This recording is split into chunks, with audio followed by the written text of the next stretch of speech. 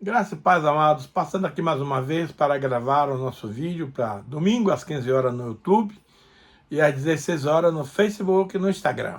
Trazemos essa semana, dando continuidade na semana passada, a nossa dependência do Senhor. E a Bíblia diz que o apóstolo Paulo era um homem, apesar de sábio, de ungido, mas ele não fazia nada que Deus não tivesse abençoando e aprovando o seu trabalho. Mas antes de qualquer coisa, vamos ter uma palavra de oração. Querido Deus, amado Pai, obrigado, Senhor, pelo privilégio que Tu me concedes de pregar a Tua palavra para os Teus filhos, para o Teu povo. Senhor, reconheço que de mim mesmo eu não posso nada, mas eu posso tudo naquele que me fortalece. Então eu peço que o Senhor me unja agora com o Teu Santo Espírito para que esse vídeo venha de verdade edificar aqueles que vão assistir, que vão nos ouvir. Também, meu Deus, conceda para os nossos ouvintes espírito de revelação e de sabedoria no pleno entendimento da Tua palavra. E a Ti damos toda a honra, toda a glória e todo louvor, em nome do Senhor Jesus. Amém.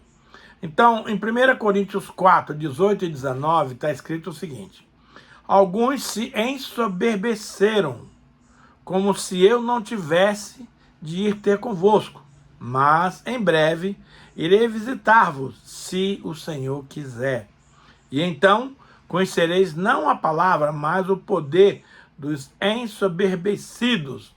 Veja, meus amados, Paulo está dando aqui uma pauleira na igreja de Corinto, porque alguns irmãos daquela igreja se ensoberbeceram e não deram valor para ele, nem para as palavras que ele mandava nas suas cartas. E ele falou que em breve iria visitá-los, se o Senhor quiser. Gente, eu acho isso de uma importância transcendental. Um homem da estirpe, do gabarito de Paulo, totalmente submisso, totalmente dependente da vontade de Deus. Ele queria muito ir a Corinto dar um coro naqueles camaradas, mas ele estava dependendo da liberação. Se o Senhor quiser, eu vou. A minha irmã recentemente esteve doente lá na Bahia. Eu tive o desejo de estar com ela para fazer a visita. E ela me perguntou, quando é que você vem aqui? Ah, minha filha, eu não sei, Deus é que sabe. Mas, amado, Deus é tão bom que uma semana depois eu ganhei as passagens para mim e para minha esposa viajarmos para a Bahia do dia 16 a 31 de dezembro. Então, Deus proveu tudo, porque eu não tinha recurso financeiro para isso. Mas Deus é o dono do ouro e da prata. Então, Ele decidiu prover-me de passagem de avião para ir, e hospedagem, tudo que a gente precisa. Mas por quê? Porque eu coloquei essa viagem, era um desejo do meu coração, mas eu coloquei na disposição do Senhor. Se o Senhor quiser, quando o Senhor quiser, eu vou. E Deus é muito maravilhoso. Imediatamente Ele abriu as portas e me permitiu essa oportunidade. Minha irmã já está bem velhinha, eu também não estou nenhum jovem, e eu não queria que ela partisse para a glória sem antes a gente se encontrar, dar um abraço, trocar umas figurinhas. Então a bondade de Deus me alcançou. Desculpem. Então, eu tenho aprendido muito. Meus irmãos, a minha vida pessoal é um milagre. Todo mês, Deus opera um milagre enorme na minha vida para que eu possa fechar as minhas contas financeiras no azul, sem ficar no vermelho, porque Deus é bom, Ele é fiel. Então, meus amados, eu posso falar da fidelidade de Deus porque eu sou um beneficiário dessa fidelidade. Eu não alcancei a aposentadoria dos órgãos oficiais. A minha aposentadoria é Deus quem me supre a cada mês. Eu procuro fazer a minha parte, que é também ser fiel a Ele, em tudo aquilo que me compete fazer. Mas é muito boa essa dependência, meus amados. Você não entende o que é o povo de Israel, 3 milhões de pessoas no deserto, depender do maná 40 anos. Não era 40 dias, 40 anos. Todos os dias, no amanhecer do dia, o maná caía do céu. As pessoas iam lá, colhiam a sua porção para um dia. Não podia pegar 2 porções porque apodrecia. Mas no dia seguinte eles voltavam lá e o maná estava lá. Eu não estou no Velho Testamento, eu estou no Novo. Mas a minha vida também é uma colheita de maná celestial. Todo dia Deus manda o maná espiritual para me suprir as minhas necessidades físicas, emocionais, de saúde, financeiras, etc. Então, aprenda, meu querido e minha querida, a viver uma vida de dependência. Se o Senhor quiser, bem. Se não quiser, tudo bem também. 1 Coríntios 16, 7 diz: porque não quero agora ver-vos apenas de passagem, pois espero permanecer convosco algum tempo, se o Senhor permitir. Olha, o nível de dependência do apóstolo Paulo. Ele queria muito passar um tempo lá na igreja de Corinto, a igrejinha que deu muito trabalho para Paulo, mas ele sempre mencionava, se o Senhor permitir. Meus amados, não cai um fio de cabelo da sua cabeça, se o Senhor não permitir. Aí eles falam aí que não cai uma folha de uma árvore. Isso não está na Bíblia, não. Mas também você pode aplicar esse princípio. Se Deus não quiser, a folha da árvore não cai. Imagina, você nunca contou os fios da sua cabeça. Agora está difícil eu contar os meus, porque eu estou ficando um pouco carequinha já, né? Mas, quando eu tinha muito cabelo, eu nunca parei para contar quantos fios eu tinha. Mas Deus sabia. Então, meus amados, se Deus vai se preocupar com fio de cabelo, como Ele não vai se preocupar com a sua vida? Você que é um filho ou uma filha amado do Senhor, veja, mas o segredo, amados, é viver uma vida de dependência. Nada vai te faltar. O Senhor, Salmo 84, 11, o Senhor é só o escudo, e nenhum bem sonegará àqueles que andam retamente. O segredo de você usufruir dessa bênção é ter a compreensão que o Senhor Deus, nosso Pai, é o Rei do Universo. Ele governa sobre tudo e sobre todos. E quando você entende essa verdade e passa a depender disso no seu dia a dia, você será o homem ou a mulher mais bem-aventurado do planeta. Nós não conhecemos o dia de amanhã, é certo. Eu não sei o que vai acontecer amanhã. Não sabemos o que está à nossa frente no horizonte. Não sabemos o que Deus quer que façamos. Por isso, temos que depender dele em tudo. Amém, queridos? Eu gosto de pregar aqui nesse canal, porque eu sou uma pessoa que, pela graça de Deus, é só misericórdia e graça, eu ensino o que eu vivo. Eu prego o que eu vivo. Eu não estou aqui pregando para você de teoria, de apenas pegar a Bíblia, ler e explicar teologicamente. Claro que isso é importante, mas eu preciso entender que eu nada posso sem o Senhor. Posso tudo naquele que me fortalece. E quem nos fortalece é Jesus Cristo. Você tira Jesus Cristo da equação e você virou um zero à esquerda. Não vai funcionar nada. Mas quando você confia, depende, busca, você encontra. Jesus diz, vinde a mim, todos que estáis cansados, sobrecarregados, eu vos aliviarei. Aprendei de mim, que sou manso e humilde.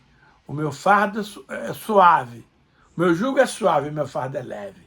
Então ele está nos convidando a sermos humildes de coração e entregar o nosso cansaço, nossos problemas na mão do Senhor. Salmo 40, 31 diz, aqueles que esperam no Senhor, não, esse é o Salmo 125, renovarão as suas forças. Correrão e não se cansarão, caminharão e não se fatigarão. Aqueles que, aliás, esse é Salmo 40, 31, o Senhor renova as forças do cansado. Os jovens cansam e fadigam, mas os que esperam no Senhor, é o meu caso e é o seu caso, o Senhor renovará as nossas forças. Meu amado, eu tenho 72 anos, vou fazer no dia 21 de janeiro 73. Mas graças a Deus, Posso falar como Caleb, eu tenho o vigor de um jovem de 40 anos, tenho uma força de um jovem guerreiro que busca as causas do Senhor. Mas por quê? Porque a gente entendeu que eu dependo, preciso do Senhor. Com Deus eu tenho tudo, sem Deus eu não sou nada. Querido, por favor, capta essa mensagem, entenda esse ensinamento, que você vai ter a tua vida muito mais tranquila. Agora, além da vontade do Senhor, há um segundo elemento fundamental, que é o tempo determinado. Ai, como isso machuca, como isso atrapalha, como isso destrói as nossas ambições egoísticas. Veja, Eclesiastes 3:1, Eclesiastes, quem escreveu foi o sábio Salomão, e ele dá nos primeiros 8, 9 versículos uma descrição maravilhosa das coisas que tem que ser feita. Ele diz assim, ó, tudo no grego, no hebraico, no inglês, é tudo, tem o seu tempo determinado. E há tempo para todo o propósito debaixo do céu. A Bíblia diz lá em Gálatas 4:7, vindo, porém, a plenitude dos tempos, Deus enviou seu Filho, nascido de mulher, Jesus, para resgatar aqueles que estavam debaixo da lei, a fim de que eles fossem adotados como filho do Deus Todo-Poderoso. Querido, depois que Adão pecou, escute isso, que é muito importante, com a Eva, eles foram expulsos do paraíso.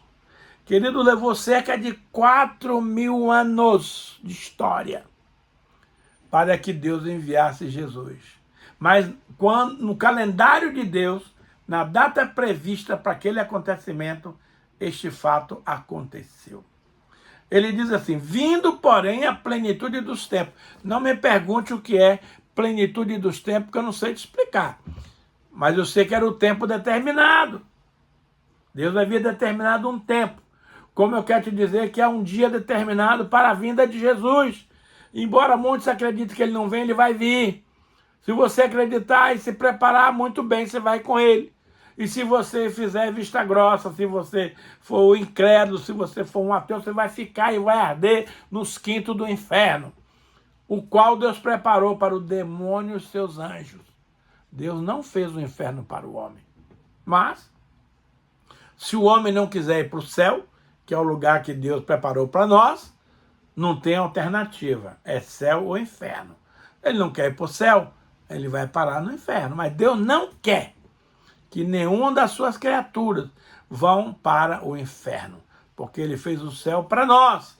Mas cabe a nós nos submetermos, obedecermos os princípios e fazermos a vontade de Deus.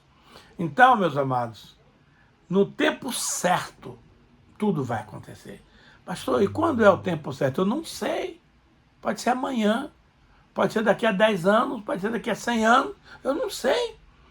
Essa é uma prerrogativa que cabe exclusivamente a Deus. Os discípulos perguntaram a Jesus, quando ele estava para ascender aos céus, Senhor, será esse o tempo que Deus vai restaurar o reino de Israel? Ele disse, não vos compete saber tempos ou épocas que o Pai reservou para a sua exclusiva autoridade. Há um assunto que Deus não transige, que Deus não negocia, que Deus não abre mão, que é saber a questão do tempo. Eu quero lhe dizer, meu amado, que na eternidade não existe tempo. Lá é tudo presente. Mas Deus nos trouxe uma dimensão tríplice: passado, presente e futuro. Porém, eu e você não sabemos discernir essas datas, esses tempos. O melhor que eu e você fazemos é o que diz no Salmo 41. Esperei confiantemente no Senhor, e Ele me ouviu quando eu clamei por socorro. Tirou-me de um charco de lama e colocou meus pés numa rocha. Firmou os meus passos e me deu um cântico novo, um cântico de louvor e adoração. Então, a Bíblia diz mais, que no caso de de Abraão, Abraão esperou pela promessa, e no tempo determinado, a promessa chegou. E assim foi com Isaac, assim foi com Sara, assim foi com muitos personagens bíblicos, que as coisas aconteceram quando? No tempo determinado. E quando é? Não sei. E Deus quer que você dependa dele, se submeta a ele, confia nele, entrega o teu caminho ao Senhor, confia nele, e o mais ele fará. Meu amado, fará no futuro. Entregar é o presente. Entrega teu caminho ao Senhor, é presente. Confia nele, é uma continuidade. E no mais, e tudo ele fará. Aí já é o futuro. Então, Deus trabalha com a dimensão de tempo muito bem ajustada, passado, presente e futuro. Então, muitas vezes, eu e você tropeçamos. Muitas vezes, eu e você fazemos besteira, porque a gente acha que a nossa lógica é a lógica de Deus. Errado. A lógica de Deus é completamente diferente da nossa. O tempo de Deus é completamente diferente do nosso.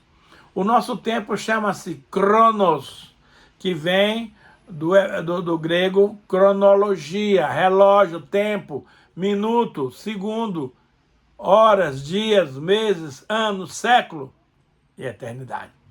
Mas o tempo de Deus chama-se kairos, ou seja, é até que. Não tem prazo estabelecido. Até que Deus faz.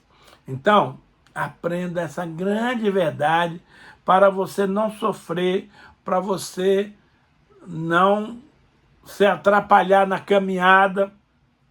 Aprenda, meu amado. Receba essa verdade no seu coração. Tudo nessa vida tem um tempo determinado. Você tem um tempo de nascer e tem um tempo de morrer. Por que aprove a Deus trazer eu e você para essa geração que nós estamos vivendo? Mistério, não sei. Mas aprove a Deus. Milhares de anos atrás, Deus trabalhou com outras gerações de pessoas. E daqui no futuro, Deus vai trabalhar com nova geração e eu e você não vamos estar lá. Então, meus amados, aprenda a entender, entenda isso em nome de Jesus.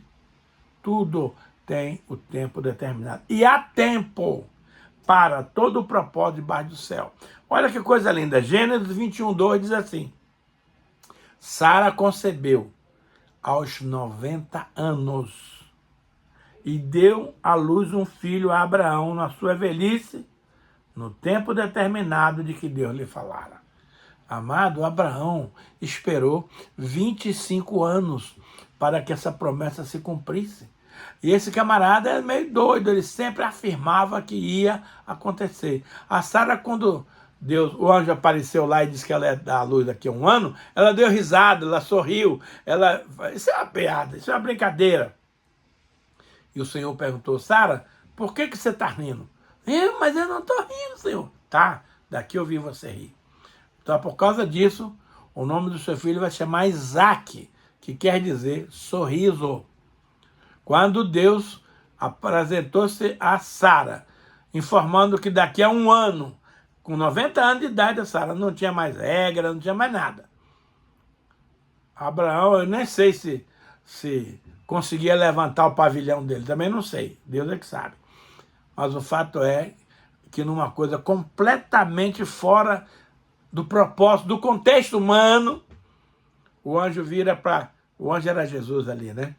Para Sara e falou: daqui a um ano você dará à luz a um filho e ele se chamará Isaac. E a dona Sara sorriu de incredulidade. Mas Deus não depende, amado, da sua fé e da minha fé para fazer o seu milagre. Deus é Deus. Mas uma coisa ele depende, do tempo que ele próprio determina. E esse versículo aqui, ele é muito ilustrativo. Sara concebeu e deu à luz a um filho a Abraão na sua velhice, 90 anos. No tempo determinado de que Deus lhe falara. Então, quando você recebe uma promessa, uma profecia, nós ficamos muito alegres, né, irmão? Isso é ótimo. Aí você pensa que no dia seguinte você já vai ter aquela bênção negativa. A promessa vem e você precisa velar pela promessa, esperar com confiança, sem estresse, sem desânimo, sem incredulidade, porque a incredulidade é uma coisa que atrapalha muito. Então, Deus quer que eu e você creiamos nele, na sua palavra, nas suas profecias. Isso é muito importante. Se há algo que Deus não compartilha com o homem, é o fator tempo. Isso aqui não tem conversa. O discípulo queria saber que quando é que ia estabelecer o reino de Israel, Jesus foi muito claro. Isso não vos compete. Ponto final. Nós não sabemos o tempo de Deus, que é o Kairos, e o tempo do homem, que é o Cronos. Já expliquei isso. Antes de Jesus subir aos céus, os discípulos lhe perguntaram, olha só, é esse o tempo que restares o reino de Israel? Então ele respondeu, não vos compete conhecer tempos ou época que o Pai reservou para a sua exclusiva autoridade. Não queira dar um admitido, meu irmão, não queira adivinhar as coisas, não queira se intrometer nos projetos de Deus. Se conforme na sua posição, aceite, espere, descansa no Senhor e espera nele. Nada acontece fora do tempo determinado por Deus. Não adianta chorar, espernear, jejuar, plantar bananeira, ficar chateado com Deus. As coisas só acontecerão quando Deus der o sinal verde. Então tem muita gente se indispondo, tem muita gente caindo da graça, tem muita gente se desviando do caminho, porque acha que já passou tempo demais e a sua bênção não chegou. Meu irmão, isso chama-se incredulidade e desconhecimento da palavra. Porque essa palavra que eu estou trazendo para você hoje te coloca no centro da verdade de Deus. Deus vai fazer, pastor? Vai. Quando? No tempo determinado. Eu acho muito interessante quando Jesus falou sobre fé, ali em Mateus, que ele diz que tudo que eu e você pedirmos em fé, nós vamos receber, se não duvidar no nosso coração. Mas se crer que se fará conforme está dito, assim será feito. Então, muita gente acredita nessa palavra, mas se perde, tropeça na questão da realização dessa promessa. Ele diz que vai acontecer e eu creio piamente nisso. Mas não é amanhã, não é daqui a um mês, não é daqui a um ano. É no tempo determinado por Deus. Deus é que determina os tempos, as estações, verão, inverno, outono, primavera. É Ele que determina isso. E isso aí é fato pacífico e consumado. Você não adianta querer mudar essa configuração, porque enquanto tiver vida, vai ter sol e chuva, vai ter calor e frio, vai ter estações, as 4 estações do ano. Então, meus amados, não sofra desnecessariamente. Acredite em Deus, confia nele e tudo se estabelecerá.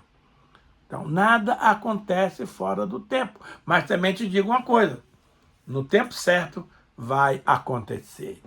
Em janeiro de 2015, eu precisei fazer uma angioplastia. É um projeto de botar uma molinha na sua veia, no seu coração. Porque com o tempo aquela veia vai entupindo e a minha veia já estava 70% entupida de gordura.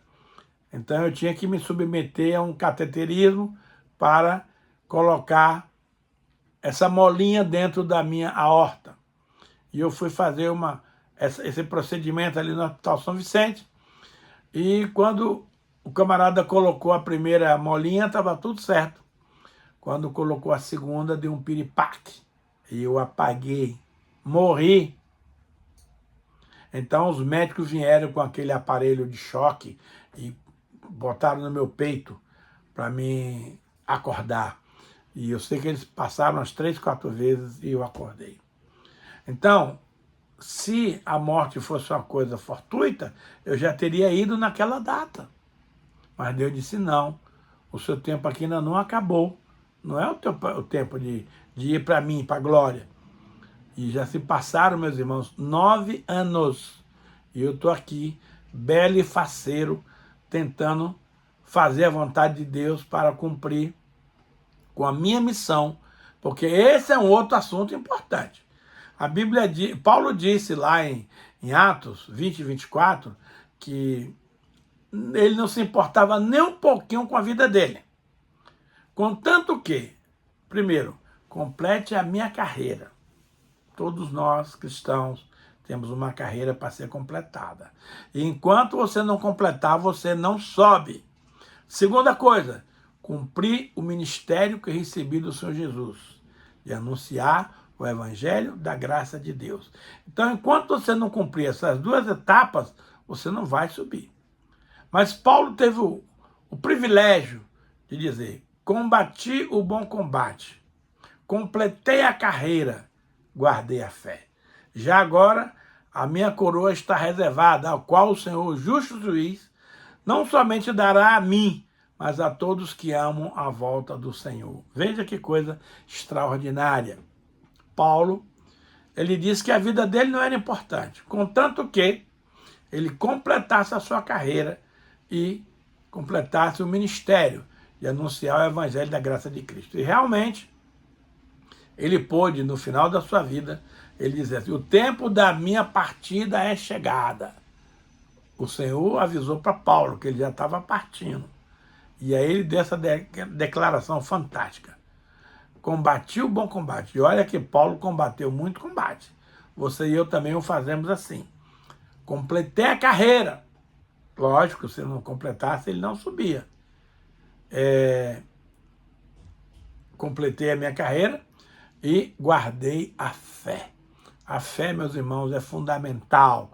É algo que você vai usar muito aqui na terra e também lá no céu, quando você estiver lá com Jesus, os seus anjos, os seus irmãos, lá na glória.